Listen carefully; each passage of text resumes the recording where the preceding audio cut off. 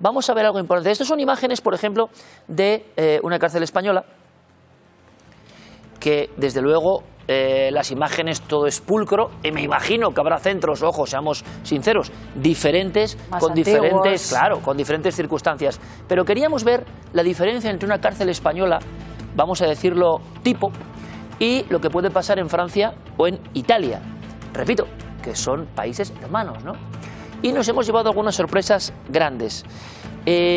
Manuel Galisteo es presidente del sindicato TAMPM. Ahí la tienen, sí. Tu abandono me puede matar. Y José Félix Ramajo, nuestro compañero en todo el ámbito de la seguridad, nos decía: tenéis que escucharle. Tenéis que escucharle porque vais a entender muchas cosas. Y me añadió José Félix. José Félix, buenas noches. Buenas noches. Me añadiste algo, cosas que nadie cuenta. Claro, es que estamos... La gente en su casa no sabe qué es lo que ocurre dentro de las cárceles españolas, pero hoy vamos a, creo que, a esclarecer, creo que la gente va a entender el por qué la gente, los delincuentes, prefieren quedarse en cárceles españolas y no irse a otras cárceles de Europa. Cárceles que paga el sistema, que pagamos todos, vamos. Pero bueno, aparte de que se quieran quedar, luego tenemos ejemplos como el marero de la MS-13 que pillaron hace cosa de un par de meses en el aeropuerto de Barajas, un asesino confeso, un torturador que se lo iban, Bukele lo quería que se lo devolvieran para El Salvador, y aquí dijeron que no, se lo mandaban para El Salvador porque parece ser que las cárceles salvadoreñas no cumplían. Entonces, Bukele ha hecho unas cuantas alegaciones, ha dicho que si el gobierno de España quiere más asesinos, que le puede mandar todos los que tienen allí en El Salvador y que se los queden aquí en España tranquilamente, que él es feliz de que no regresen los asesinos a El Salvador. Manuel, buenas noches. Buenas noches. 99% se quedan en las cárceles españolas. Totalmente, Iker. Yo he estado 9 años en el departamento de ingresos, por ejemplo, de la prisión de Alaurín de la Torre. Es la segunda prisión de España con más movimiento después de Soto. Y te puedo asegurar que, quitando la estadística cocinada de este gobierno, porque lógicamente no interesa que esto se sepa, el 99,5, si no el 100% de internos extranjeros que al rellenar el SIA, por ejemplo, el SIA es un sistema informático que tenemos en prisión, le pregunta la pregunta de si quiere que se informe a su embajada, la respuesta es un no. Pero un no, por favor. Tienen miedo a que su país, su embajada sepa, tenga conocimiento de alguna de las maneras a que él está cumpliendo prisión y puedan deportarlo o mandarlo, extraditarlo a cumplir prisión a su país. Mirad, hay también un eco y por supuesto, Jorge, en cualquier momento, esto es una mesa, hay un rumor o un eco que uno nunca sabe cuando se popularizan las cosas, dices, nunca sabes cuál es la base real, ¿no? Eso de, bueno, las cárceles son como hoteles, me imagino que ninguna cárcel en el fondo será como un hotel y te dicen, no, pues vete a la cárcel, ya verás que no. Pero esa frase sí dice que la diferencia es abismal.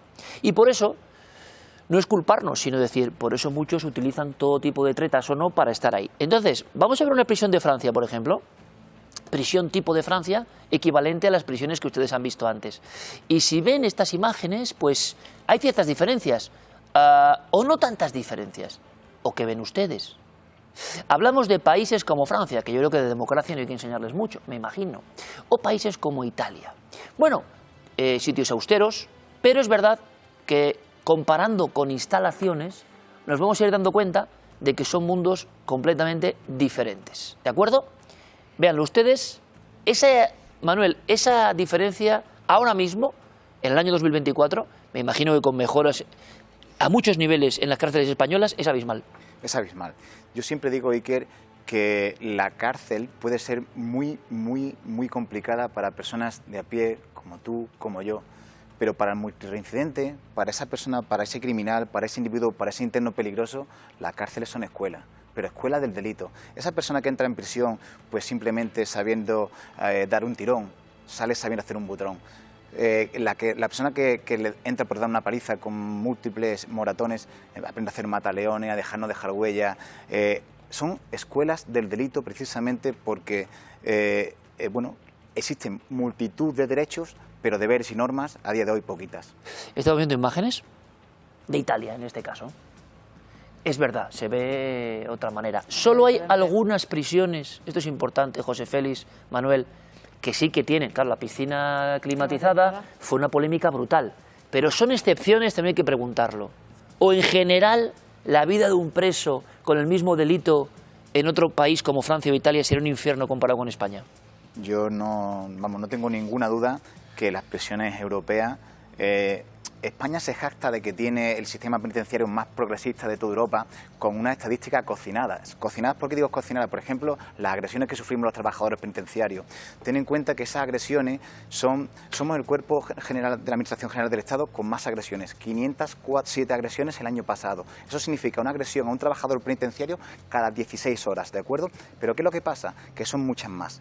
¿Por qué son muchas más? Porque ¿qué es lo que hace este país para ser los pioneros en Europa? Que cualquier empujón, cualquier agresión que no deje marca, que no pueda ser contabilizada, no cuenta como agresión. Ni los escupitajos, ni los insultos, ni repito, ni cualquier agresión que no te deje marca. Entonces, claro, para eso está nuestro ministro Marlaska sacando pecho y poniendo a España en el número 1 de toda Europa, cuando los trabajadores penitenciarios sabemos que nada de eso es cierto. Pero una cosa, Manuel, y ahora, ¿qué cosas a nosotros que no hemos estado en la cárcel nos sorprendería? Fuimos a ¿no? visitar una cuando ya la estaban desmantelando y la verdad que yo no me imagino cómo sería estar dentro de la cárcel, pero nosotros salimos malos. Era Carabanchel. Personas normales, claro, cuando ya había nada, presos que quedaban. Pero no tiene nada que ver con las imágenes que estamos viendo. Pero no tiene nada que ver con esto. Es Claro. decir, ¿qué cosas nos llamaría la atención, compañeros, a individuos que no estaban en la cárcel, de decir, joder, ocurre esto, tienen esto?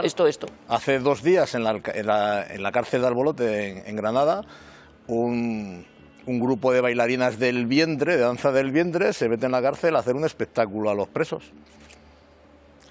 Pero esto ya es como en las estas de narcos, en las series, decimos, y en todo esto. ¿Y cómo pueden tenían... entrar mujeres a hacer uno de los bailes más sensuales, más provocativos que existe, que es la danza del baile del vientre? Claro, luego me entero que es una ONG, como todos estos chiringuitos que tienen montados por todos los lados, que lo único que quieren pues es seguir ganando dinero y lucrándose a base de todas estas cosas que se están haciendo. Yo tenía un encontronazo con esta ONG hoy, y le he dicho que lo que tienen que hacer, en vez de ir a las prisiones a calentarle el culo a los presos, que mejor que se vayan a los asilos de ancianos, que seguro que los abuelitos y las abuelitas se lo van a pasar súper bien viendo un espectáculo de ellos. Claro, pero el problema no es de esa ONG, que puede hacer lo que quiera, da igual. Lo que hemos dicho al inicio, vamos a hablar claros, ¿sí? Aquí el problema es que un señor como Marlaska, un señor ministro, somete a los funcionarios y somete a los propios presos a una inseguridad permanente. De parte de los funcionarios, no son una profesión de riesgo. ¿Cómo puede ser que un funcionario de prisión que está cuidando personas altamente agresivas y peligrosas no sea una profesión de riesgo? ¿Pero por qué? ¿Cómo puede ser que un funcionario no tenga un taser para poder defenderse? Antes de eso, Albertini, ¿qué cosas concretas? Yo no sé, quiero enterarme si del gimnasio, bueno, me contabais la administración de la Viagra, bueno, un montón de cosas que a mí como ciudadano me sorprendían, que podrá ser así, pero... ¿Pero para Viagra para qué?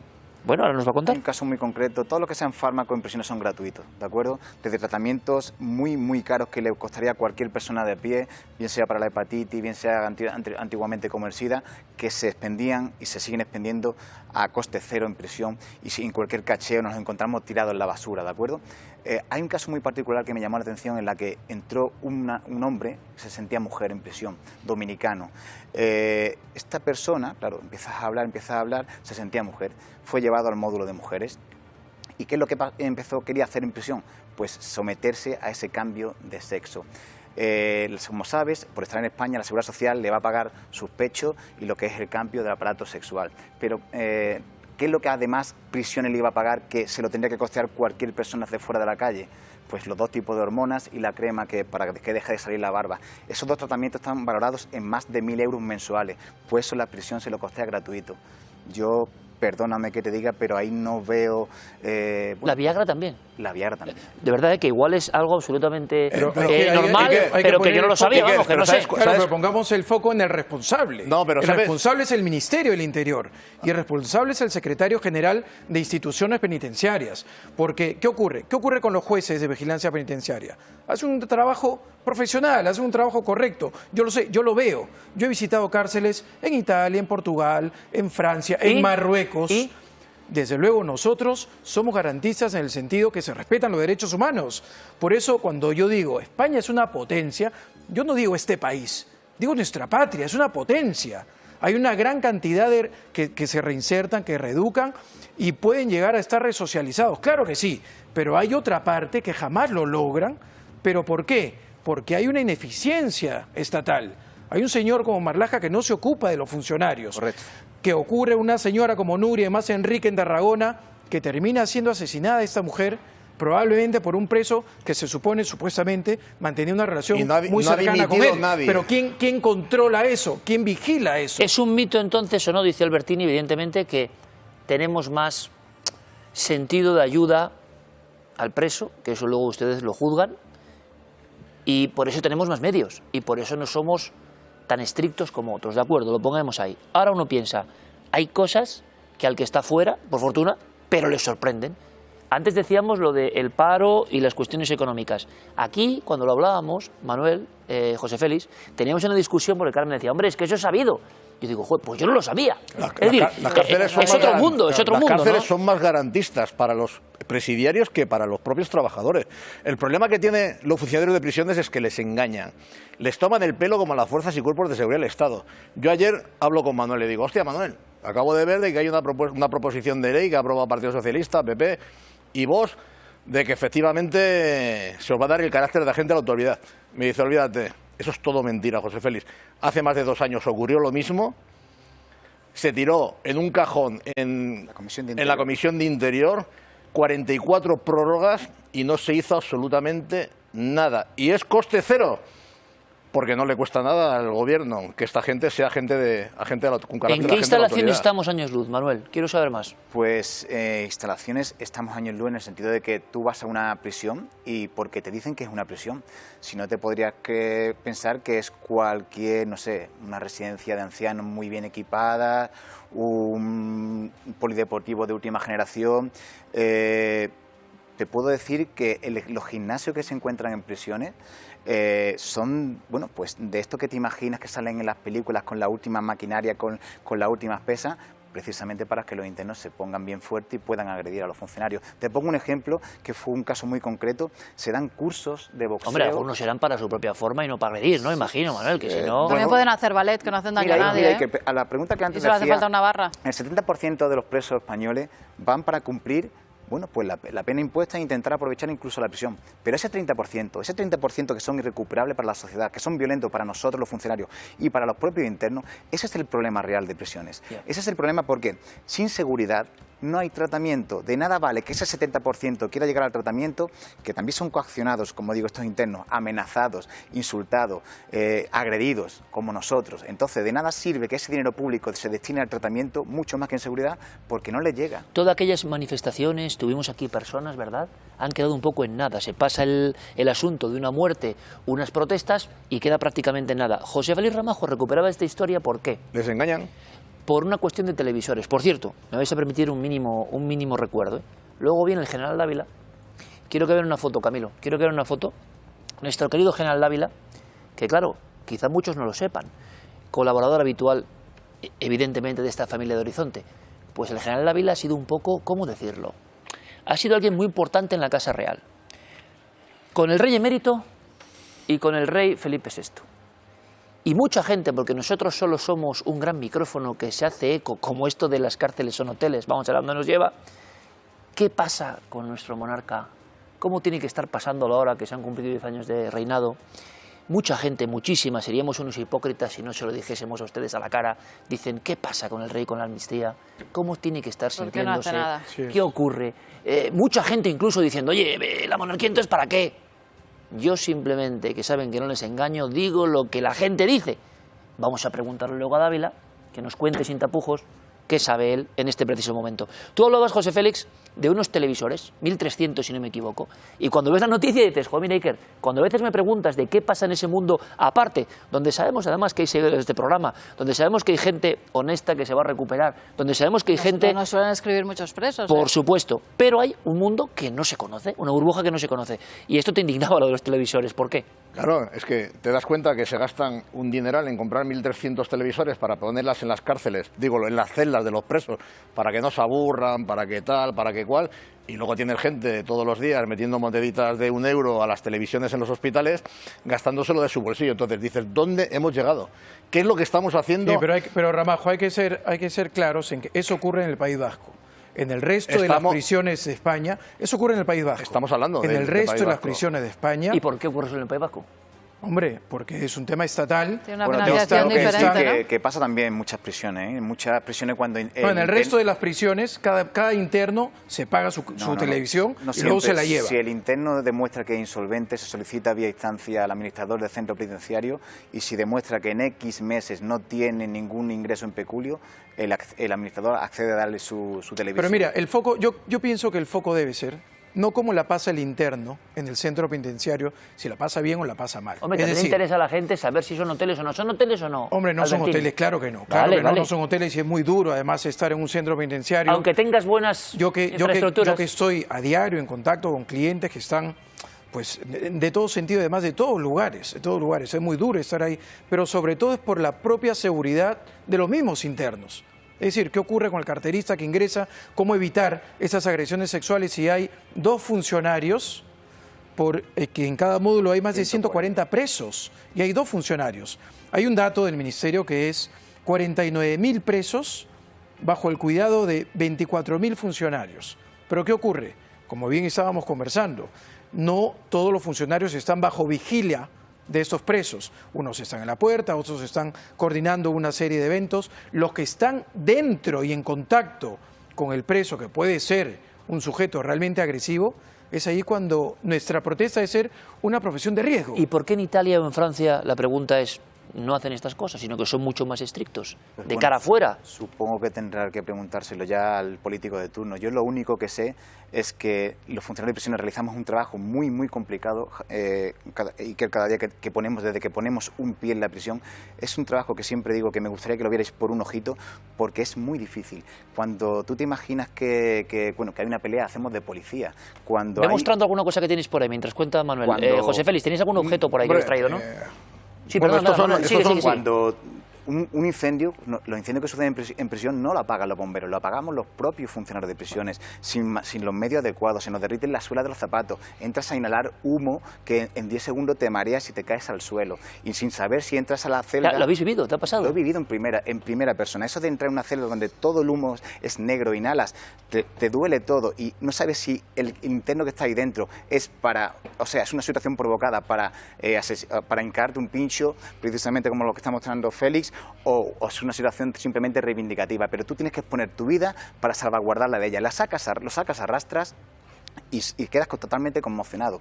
Pero también somos psicólogos. ¿Por qué somos psicólogos? Cuando a un interno se le muere un familiar directo, un hermano, una madre, ¿quién se lo comunica? El funcionario de prisiones. Es una situación muy complicada. Eso es como un gran hermano, todo se magnifica. Imagínese. Y puede haber reacciones de todo tipo. Por supuesto, y las hay. Es una situación muy complicada. Tengo más pinchos, pero son manualidades que hacen en la cárcel los agresivos. Entonces, claro, hablando con Manuel, ¿tú cómo le entras a un tipo dentro de una celda a retenerlo, a detenerlo? Enséñalo, que si no lo vemos. Si no tienes, pues los hacen de cristal, los hacen con limas, los hacen enseña, por favor. Los hacen incluso, fíjate, con un lápiz. Ostras. ¿Eres un lápiz? Lo han afilado. Un lapicero. Veo esto y se me pone la piel de gallina. Tuve una brocha. Tuve una situación en la que tuve que entrar por un interno en una celda. Entré con el traje antitrauma, lleva una braga anticorte, me llegó a dar con el cristal anudado, en vez de con esto de cintilante eran lo que son las sábanas rotas a nivel de empuñadura, me llegó a dar en el cuello, yo notaba gotas frías y no sabía si era sangre o era sudor, y hasta que no me pude quitar el casco y el traje antitrauma, tocarme y ver que efectivamente era sudor, no descansé. Estas son las situaciones a las que nos encontramos los funcionarios de prisiones cada día. Porque no les dan herramientas para poder repeler. ¿Qué solicitáis? ¿Tu abandono me puede matar? Este sindicato de repente se ha convertido, según me cuentan, en una ola entre los funcionarios de prisiones de toda España, los que mandamos un fuerte abrazo. ¿Qué reivindicáis entonces? Quiero comentar una cosa, porque después del asesinato de Nuria, el único sindicato que sale a la calle, que se manifiesta, que vayamos hasta el Congreso, él me invitó a ir, como lo pudimos ver aquí, el único sindicato que salió a la calle fueron ellos. Son los únicos que no les gusta comer gambas. Al resto de sindicatos les mola comer las gambas con el gobierno. Lo que quiero decir es que todo esto es una utopía, todo es una mentira. Este gobierno lo único que hace es mentir a todos los recursos que tiene por parte del Ministerio del Interior, que puede ser funcionario de prisiones, y las fuerzas y cuerpos de seguridad del Estado. No tienen dinero no les van a equiparar el salario a la policía porque no hay dinero y porque no hay presupuestos, pero sí tienes 15.000 millones que se los vas a regalar a unos delincuentes de Cataluña y vas a dejar a esta gente. Pero ya no pongo ese ejemplo. El ejemplo lo pongo es que desde hace más de 2 años, enfermos de ELA que quieren vivir dignamente no son capaces de conseguir que les den 40 millones. Pero eso estaba pensando yo, les dan Viagra, les hacen cambio de sexo y a los pobres enfermos de ELA o niños con enfermedades tremendas que no tienen casi ayudas. Es terrible lo que está ocurriendo. José Félix, tengo un minuto y en ese minuto me gustaría, porque nos vamos ya con Dávila, me gustaría que nos dijeras qué quiere tu sindicato. Mi sindicato quiere, antes de nada quiero mandar un saludo muy fuerte a los compañeros de Puerto 3 que están pasando una situación muy complicada. Como siempre, lo que es los funcionarios de prisiones es fácil blasfemar sobre ellos. Están siendo sometidos a acusaciones muy complicadas, muy feas, muy graves, y quiero recordar que somos el cuerpo de toda la AGE con menos sentencias firmes por prevaricación. Desde aquí mi fuerte abrazo a todos los compañeros de Puerto 3 y que sepa que el sindicato Tu Abandono Me Puede Matar está con ellos. ¿Por qué nos llamamos Tu Abandono Me Puede Matar? Porque el nombre de Comisiones Obreras ya estaba cogido, pero no es por eso, porque es un sentimiento, Iker, porque sentimos que cuando ponemos un pie en prisión, mi vida está en peligro. Necesitamos más medios materiales, necesitamos más medios humanos, necesitamos, por supuesto, un sueldo que merezca la pena jugarte la vida por él. Y, por supuesto, necesitamos que los políticos de este país reconozcan la difícil profesión y el trabajo tan admirable que desempeñamos los funcionarios de prisiones a día de hoy en España. Pero si el Ministerio del Interior lo que está haciendo es liberar a criminales como los que ha hecho con los separatistas y pactar con bilduetarras, eso es lo que están haciendo. A mí me gustaría, 15 segundos solo, que es lo que te comentaba antes, es recordar que hace 37 años la banda terrorista asesinó a 21 personas en Barcelona, en el Hipercor, 45 heridos y... Ahí queda, ya está. Ya está. José Félix, emociona a nuestro compañero porque eso además lo tenemos todos muy marcado, muy marcado. No me acordé, José Félix, que eran 30 años. 37. 37, perdón, de Hipercor. Bueno, vamos a hacer una cosa. El tema es fuerte y la burbuja que se vive en las prisiones no es hacer una cosa ahora de repente. Saben que hemos tratado varios programas de Horizonte con personas aquí contando un mundo que no se ve. Y es bueno verlo y debatirlo y contarlo y ver qué hay de leyenda y ver qué hay de verdad y que lo vean con imágenes. Te lo agradezco mucho, Manuel, mucha suerte, un abrazo para todos los compañeros que estáis ahí para que todo esto se mantenga y no estalle. Y seguiremos hablando de esto, seguiremos hablando de esto. Gracias a los dos, José Félix, como siempre. Gracias además por traernos cosas bien, tan ilustrativas. José Félix, bien. Bueno. El gigantón tiene su corazoncito, ¿eh? ¿O no? Esto es lo que pasa en Horizonte, ¿eh? Bueno. Somos apasionados, ¿no? Aquí todo es auténtico, y este Hércules llamado José Félix Ramajo en el fondo es un pedazo de pan, lo ven, ¿no? Es normal, si nos acordamos de lo que pasó es normal. Afecta. Manuel, mucha suerte. Muchas Continuamos gracias. Y un abrazo para todos los compañeros. Continuamos, enseguida viene General Dávila y quédate, porque luego hay actualidad con todo lo que está pasando. Los periodistas y los políticos andamos a palos. ¿Siempre ha sido así o no? Luego hablamos. Seguimos en Horizonte.